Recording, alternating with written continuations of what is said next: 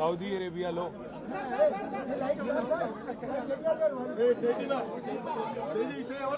బాబు ఒక్క నిమిషం అరే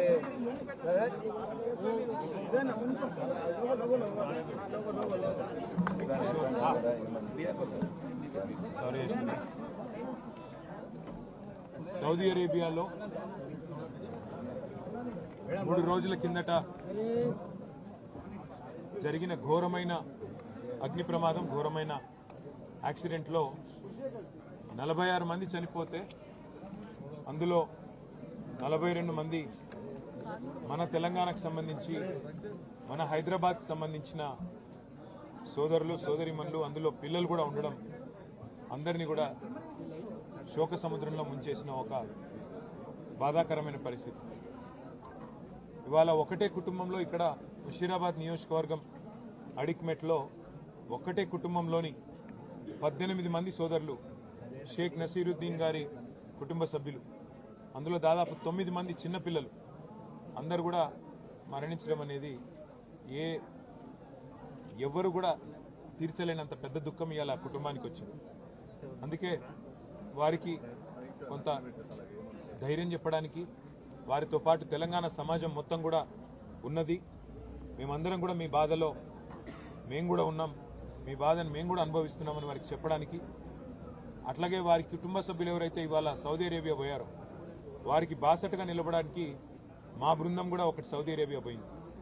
మా పెద్దలు మాజీ ఉప ముఖ్యమంత్రి మహమూద్ అలీ గారి కుమారుడు ఆజం అలీ గారు, అట్లాగే మా ఫార్మర్ వక్ఫ్ బోర్డ్ చైర్మన్ మసియుల్లా ఖాన్ గారు, వారితో పాటు మిగతా మిత్రుల బృందం కూడా సౌదీ అరేబియాలో అక్కడ అధికారులతో, అట్లాగే ఈ దివంగతులైన వారి కుటుంబ సభ్యులతో కలిసి పనిచేసి వారికి ఆఖరి క్షణాల్లో వారికి అండగా నిలబడడానికి, ఏమైనా కొంత సాయం చేయడానికి అక్కడికి మా బృందం కూడా పోయింది.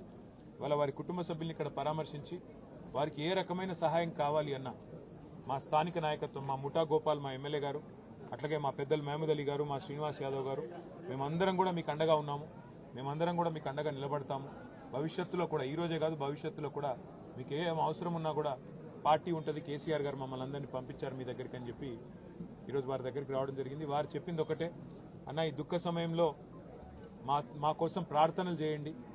ఈ శుక్రవారం అన్ని మసీదులలో కూడా ఆ చనిపోయిన వారి కోసం వారికి ఆత్మ శాంతించాలని చెప్పి ప్రార్థించండి అని మాత్రమే అడిగారు, మమ్మల్ని ఏమీ అడగలేదు.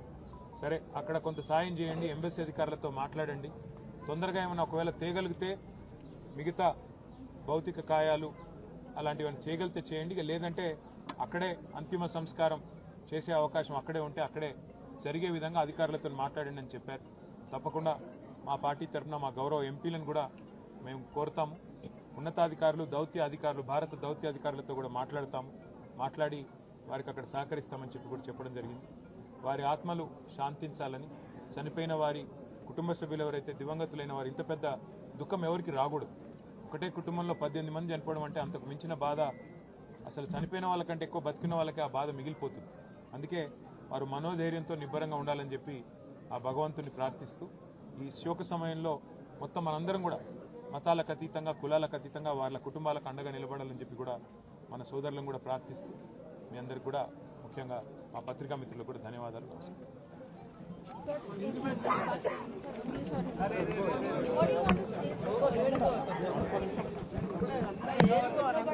Have you spoken to the family members? What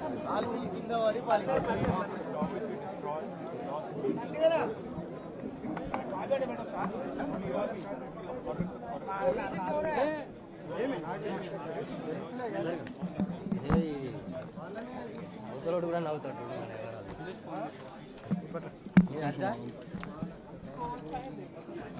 నాకైతే